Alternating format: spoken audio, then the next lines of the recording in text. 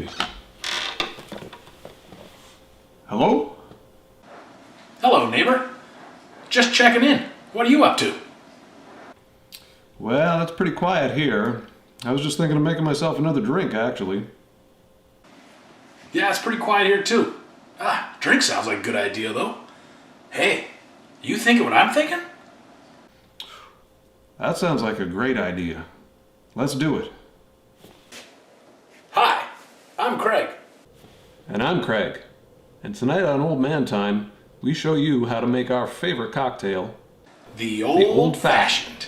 Two fellas hanging out, it's Old Man Time with Craig and Craig. Alright, Craig, let's cut to the chase here. Why is the old-fashioned such a great old man cocktail?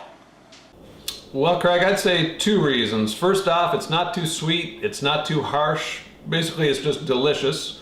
But the second reason is you don't need a lot of fancy stuff to make it. You don't need a blender or even a cocktail shaker. So it's quick and easy. You can get back to the lazy boy before the commercials are over and your TV show's back on.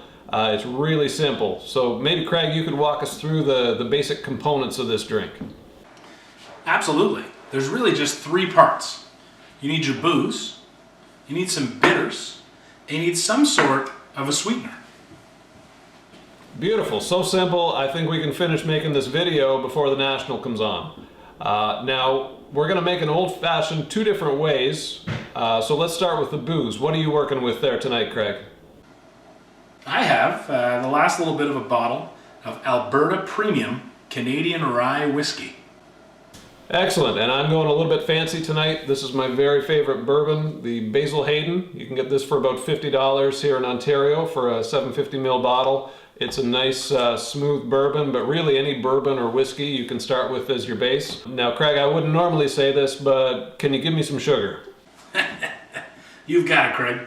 I'm going to pour about 2 ounces of this beautiful Alberta Premium into my tumbler, which is almost exactly what's left. In fact, there's only a little bit left there anyway, so I'll just give that in there too. 2 ounces of change. And we're going to take about half a teaspoon of this brown sugar. And I'm just going to toss that right in. And the challenge is getting this to dissolve nicely into the drink. And that's going to take just a minute. How about you, Craig? How you doing over there? Okay, I've got my 2 ounces of Basil Hayden. I'll pour that in. And I'm going to go with a simple syrup for my sweetener. So it's same thing as sugar, it's just been liquefied. You can even make this on your stovetop. It's just boiling water and sugar. Just Google how to make simple syrup and you can use that in lots of different cocktails. Or if you're super lazy like me, you might find it at the grocery store on the shelf. So I've got a bottle of that.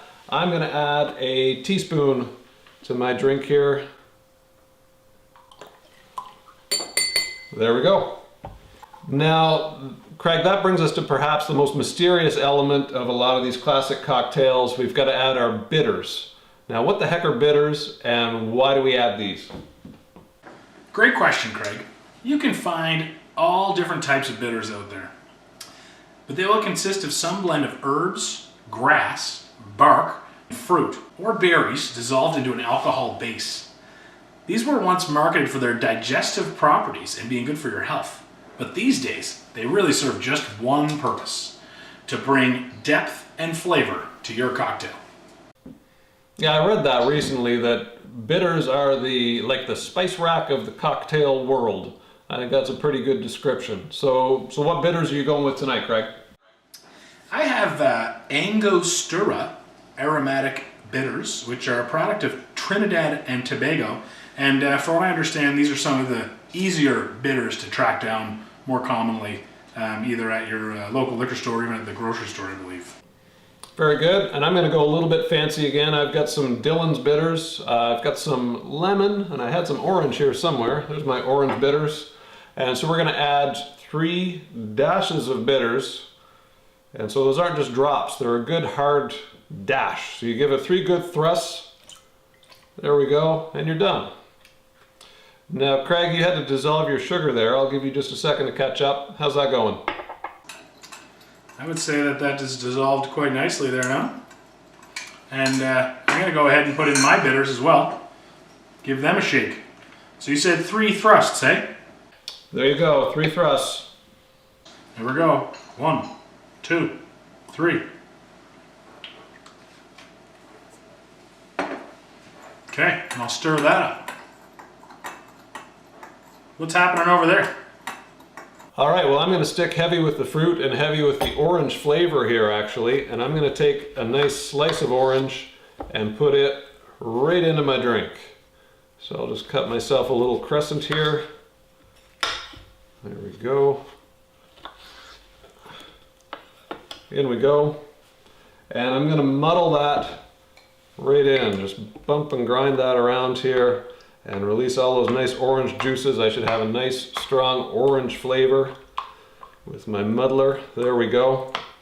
But you can add a slice of lemon in with that if you liked. You can do nothing at all. You can go with lots of fruit, less fruit. What are you going to do there, Craig? I'm going to go a little more subtle with my orange. I'm going to take a nice wide piece of orange peel here, about 1 inch wide,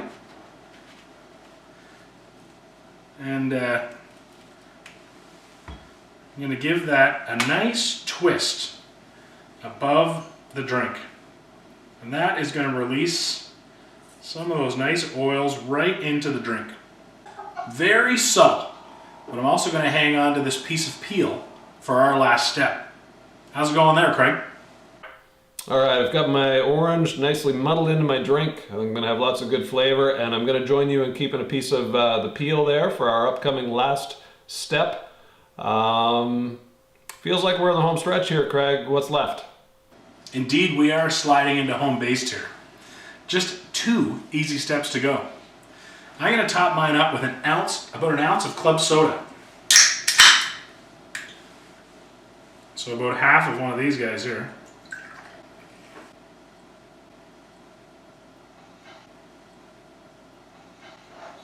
You can add water, club soda, or nothing at all. But I find this adds just a little bit of fizz and dilutes it just a touch.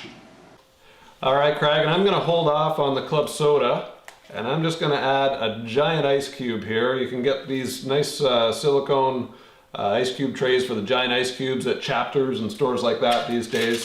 And it makes your drink look nice and fancy, but the big ice cubes also melt a little bit slower, so they'll dilute it a little bit slower. So I'll just have to wait a couple of minutes until that's begun to dilute, and that's when my flavor of my cocktail is really gonna hit its peak. As I dilute just a little bit of water into that drink.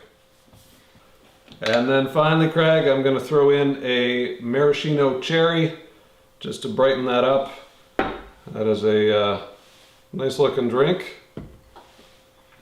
Craig, what are we forgetting? Well, one last little step, but very important. We're going to take our orange peel and we're going to give the glass just a little bit of a rim job. Just to get some of that flavor around the outside of your glass. So as soon as your lips touch it, you get a little bit of that taste. And you know, with that, I think we've covered all the bases. It's important to remember, though, that the Old Fashioned has changed over time. We went with our classic playbook here, but as we did a little bit of research for this episode of Old Man Time, we found out that this cocktail has changed over the years from its origin in the early 1800s to really being super heavy with fruit through the Mad Men era, and really there's all kinds of great variations out there, so check them all out and experience a bunch of different ones. I think that's what makes it fun, Craig, is you can try with different bourbons and whiskeys. There's so many different types of bitters you can toss in there, different sugars, whether it's brown sugar or syrup, different amounts of orange and lemon, like you say. You can find what you like and stick with it. Or you can experiment with 1,000 different variations on it. But a very simple, delicious drink. Well, Craig, my TV show's about to come back on, so I guess we should wrap this up. Well, same here, Craig. I got to get back to my wonderful book I was reading there. If you like this episode of Old Man Time with Craig and Craig, do hit subscribe. If you've got ideas for future episodes, other old man hobbies or pastimes you'd like us to explore, put your suggestions down below, and don't forget to check out our website at oldmantime.ca, where you can see our show notes for this episode, including these fabulous recipes for old fashions. All right, folks, that's a wrap. Until next time, I'm Craig. And I'm Craig. We hope to see you here again soon on Old Man Time. Until then, keep your glass half full. Cheers. Two fellas hanging out, it's old man time with Craig and Craig. You know, it's too bad we don't have a hobby we could do together. We have this very Canadian can of maple syrup. Want to go for a beer? Yeah.